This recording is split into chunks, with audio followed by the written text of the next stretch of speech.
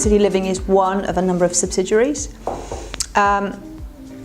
We were kind of looking at the drivers, what were the drivers for establishing Exeter City Living, and we kind of encapsulated them in what we call the 3 C's. So the first one was our commercialisation agenda. So that basically meant that we are a profit for purpose company. So we have to generate wealth. That includes profit, but it also includes generating value, and that can be measured in a number of different ways. The other C was that we wanted it to be a catalyst for change. We're all passionate at the City Council about our city and making a difference, and a positive difference, and mindful that the city is growing and we need it to grow, and we wanted to ensure that new development within the city was really the best that we could offer. In terms of quality, in terms of its environmental factors, and in terms of its placemaking principles. So we wanted the company to kind of be the catalyst to showcase what great development looked like. And then finally, one of the other drivers was we wanted a degree of control.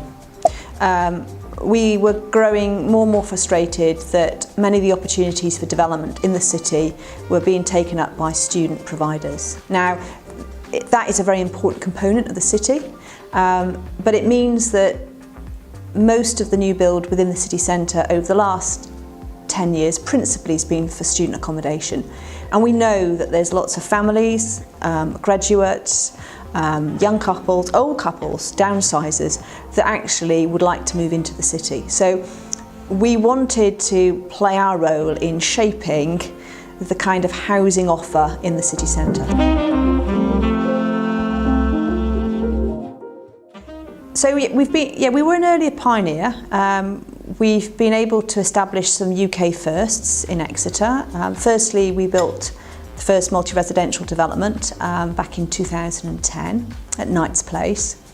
We're just currently completing the UK's first passive house extra care village at St Louis.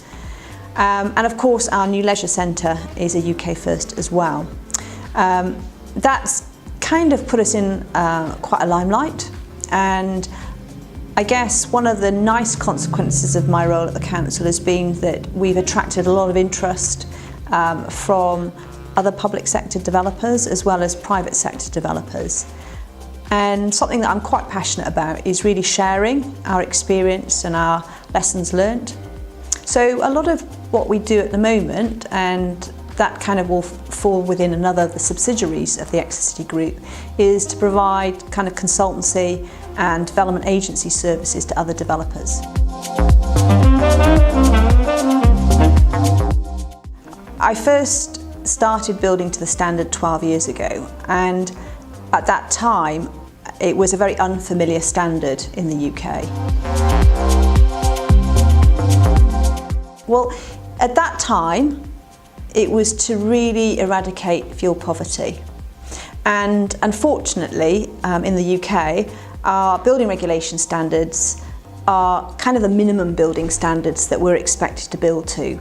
But invariably they become the benchmark of how we build, and we knew that just building to building regulations would not guarantee that the new homes would eradicate fuel poverty. And our attraction with the passive house standard was that it was based on physics, so there's nothing clever or terribly sophisticated about it. It had no limitations in terms of the design or the materials we used, but it was a very kind of prescriptive format. You are bringing in fresh air from outside. We filter that with pollen-proof filters. That will extract about 90% of all the external pollutants. That fresh air then comes in, and it's then passed through a heat exchanger with the stale air that's coming out of the home, and the heat from that stale air is being extracted. So the fresh air doesn't mix with the stale air. All the fresh air does is pick up the nice warm heat going out, and then it circulates around the house, and it's circulating constantly.